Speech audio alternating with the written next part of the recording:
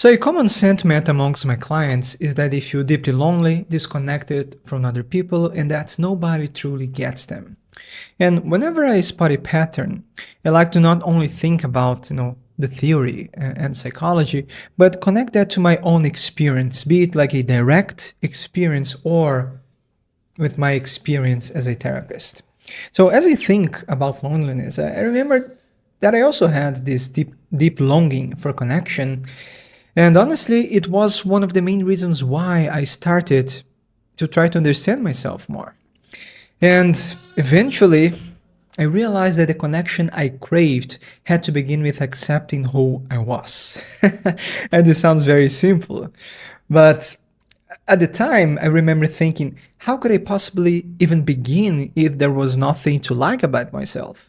I know this is very dramatic, but this is exactly how I felt at the time. And as I began uncovering some of these beliefs, I had this realization that I didn't even know who I was because I was constantly playing a character. And I cared much more about being perceived in a certain way and gaining validation than building authentic connections. And the truth is that I didn't want anybody to know about my flaws and the reality of me because I wanted everyone to see me as perfect. And underneath it all, all of these dynamics, I found I was operating with the childish belief that if I could get certain people to like me, I would finally feel worthy. But when you go great lengths to control how others perceive you, you create a prison for yourself and become enslaved by public opinion. And the irony is that I ended up getting a lot of approval and validation. But this only made me feel lonelier because I resented people for loving the character I was playing and not who I was. But the real problem is that I never allowed anyone to see me because there was so much about myself I just couldn't accept. And this is the story of many people. Somewhere along the way, we internalize that there's something inherently wrong with who we are. And consequently, perfectionism becomes a strategy to earn love and not be abandoned. And that's why we create this false self to mask feelings of shame, inferiority, and inadequacy. What happens is we suffocate our souls, and the only option is to feel lonely. So, what can we do? So, firstly, I believe it's important to understand that feeling lonely has a strong correlation with the problem of the puer-eternus and puella-eterna, aka the man-child and woman-child. So, very simply, the poor lives under the influence of the mother and father complex, which means they are unconsciously striving to win validation from the parents. So they have an external sense of self-worth, so they can't see any intrinsic value in them. But as we grow up, the parents become an internalized image infused with our own interpretations, subjectivity, experiences, and personality tendencies that transcend the relationship with the real parents and are projected onto the world. And these complexes evoke internal narratives that can shape who we are and how we feel, such as acceptable emotions, how to behave in relationships, if it's okay to be spontaneous or not, or even say no to place boundaries, and even a global idea of intelligence and a model for self-esteem in a way. And if these narratives aren't aligned with our personality, our true desires, and they are anchored in reality, you might lead a life suppressing our authentic selves, leading to anxiety, depression, and also deep loneliness. And that's why the first step to overcome loneliness and a bunch of other things, really, is to emotionally and psychologically individuate from the parents and start developing your own personality. And I cover that in depth in my book, Pistis Demystifying Jungian Psychology.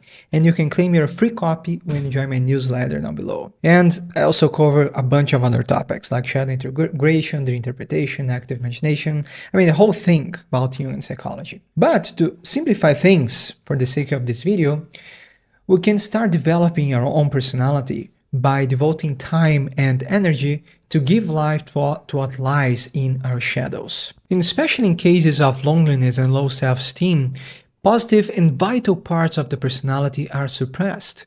And this usually involves giving space to the animus and anima, as they often conceal the deepest parts of ourselves. And I have a full guide on Animus and anime integration that I'll link for you over here and also down below. But for this video, I want to keep things simple and focus on a few practical examples. For instance, if you learn that it's not okay to show when you are sad and have to be constantly smiling and pretending that you're okay all the time, it's important to give yourself, again, time to express these feelings, be it through creative endeavors, journaling, or even going to therapy and actively talking about it. And this can be very healing to show these feelings to someone who can accept these feelings and help you work through that. So you understand that's okay to feel whatever you are feeling, and your worth isn't determined by feeling, good about yourself and not showing the right emotions. And if you learn that saying no is selfish, for instance, it's also important to start placing boundaries. Otherwise, relationships will always feel overwhelming and a burden. Another one, if you learn that what you're good at and your interests are for dumb people, worthless, or they don't make any money, it's important to pursue what you are passionate about, even if just as a hobby.